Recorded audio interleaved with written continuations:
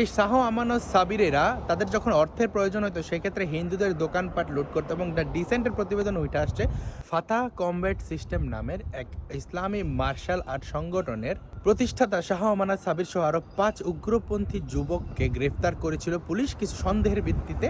কিন্তু পরবর্তী সময় রিমান্ডে তারা যে স্বীকারোক্তিমূলক জবানবন্দি দেয় এবং তাদের যেই প্রমাণ পাওয়া যায় সেক্ষেত্রে অনেকে নিশ্চিত দিচ্ছে তারা আল কায়দাপন্থী নয় আইএস পন্থী এমন কিছু, কারণ তারা যে নিজেরা বোমা বানায় সেই বোমা এক্সপ্লয়েট করে ভিডিও করছে এবং সেখানে আইএসের গান দিয়ে তারা নানান সময় ভিডিও প্রকাশ করছে, সেগুলো থেকে মানুষ এবং আইনশৃঙ্খলা বাহিনী তাদের দেখতে পায় এবং তাদেরকে জিজ্ঞাসাবাদ করে তাদেরকে ধরে।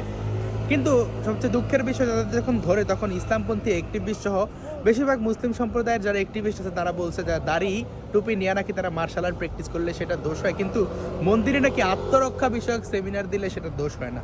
তো মন্দিরে কি ওরা বোমা বানায়া প্র্যাকটিস করছে? শাহ আমানত সাবিরা তো বোমা বানায়া প্র্যাকটিস করছে, তাহলে আসলে সন্ত্রাসী আসলে কারা করলো?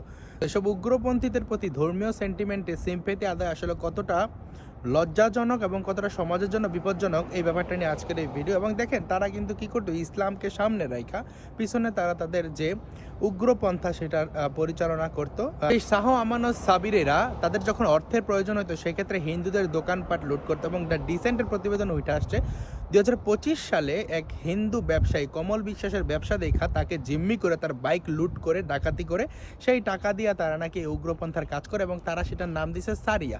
এবং তারা এই সারিয়ার ব্যাপারটা যখন তদন্তে বলে তখন তারা বলছে যে বদর যুদ্ধের পূর্বে নাকি সাহাবিরা এভাবে অমুসলিমদের কাফেলায় আক্রমণ কইরা ধন সম্পদ লুট কইরা নিজেরা যুদ্ধের জন্য প্রিপেয়ার হইতো। যাই হোক, সে বলছে, আমি তার ডিসেন্টের প্রতিবেদন দিয়ে দিব। আপনি আপনার দেশে থাকতেছেন, আপনার নাগরিককে আপনাকে লুট করার প্ল্যান করতেছে। যেমন আমি আরও আগে বলছিলাম যে বাংলা ভাই যখন ডাকাতি করছিল তখন তার সাথের যে লোকজন মানে স্বর্ণ দোকান সবটা লুট করে গেছিলো, কিন্তু পাশে যখন একটা মুসলিম দোকান দেখছে সেই মুসলিম দোকান দেখা যখন সেখানে কাবার ছবি দেখছে একটা কোকাকোলা খাইয়া টাকা রাখা গেছে, অথচ 2 থেকে 3 কোটি টাকার স্বর্ণ লুট করছিল।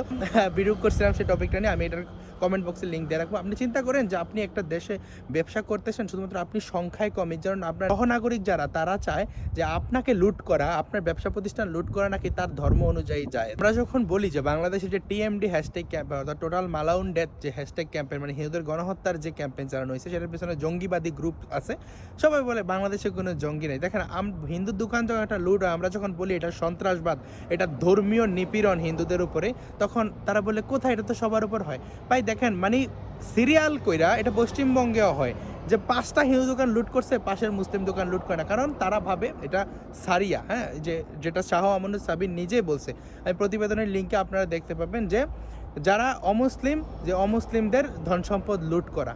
তো আসলে একটা সমাজে আপনি এক্সিস্ট করতেছেন, কতটা হতাশাজনক যে আপনার পাশের কোন নাগরিক আপনাকে গণহত্যা করতে চায় টিএমডি ক্যাম্পেইন দিয়া, কোন নাগরিক আপনার ধন সম্পদ লুট করাকে জায়েজ মনে করে, এটাও আপনারা আসলে জানেন না। তো আসলে এমনই হতাশাব্যঞ্জক অবস্থানে বাংলাদেশের হিন্দু সম্প্রদায়ের মানুষজনের আসলে বাইচা থাকা লাগে। তো এই যে দুঃখের কথা আমরা যখন বলি তখন বলবে এটা ভারতীয় এজেন্ডা। টোমা বানানোর পরে হয়তো আরও কোনো বড় হিন্দু ব্যবসায়ীর ব্যবসা লুট করতো। বাংলাদেশ যখন জমি দখল হয় আমরা বলি এটার পিছনেও যে ধর্মীয় সংখ্যাগরিষ্ঠতা এবং ধর্মীয় সংখ্যাগরিষ্ঠতার যে ক্ষমতা এবং হিন্দুদের প্রতি যে ধর্মীয় বিদ্বেষ সেটা কাজ করবে। এবং দেশের প্রশাসনের প্রতি আমার অনুরোধ সব জঙ্গি সন্ত্রাসীদের যেন কঠোর হস্তে নির্মূল করা হয়। ধন্যবাদ সবাইকে। ভিডিও ভালো লাগলে লাইক কমেন্ট শেয়ার করে পাশে থাকতে পারেন।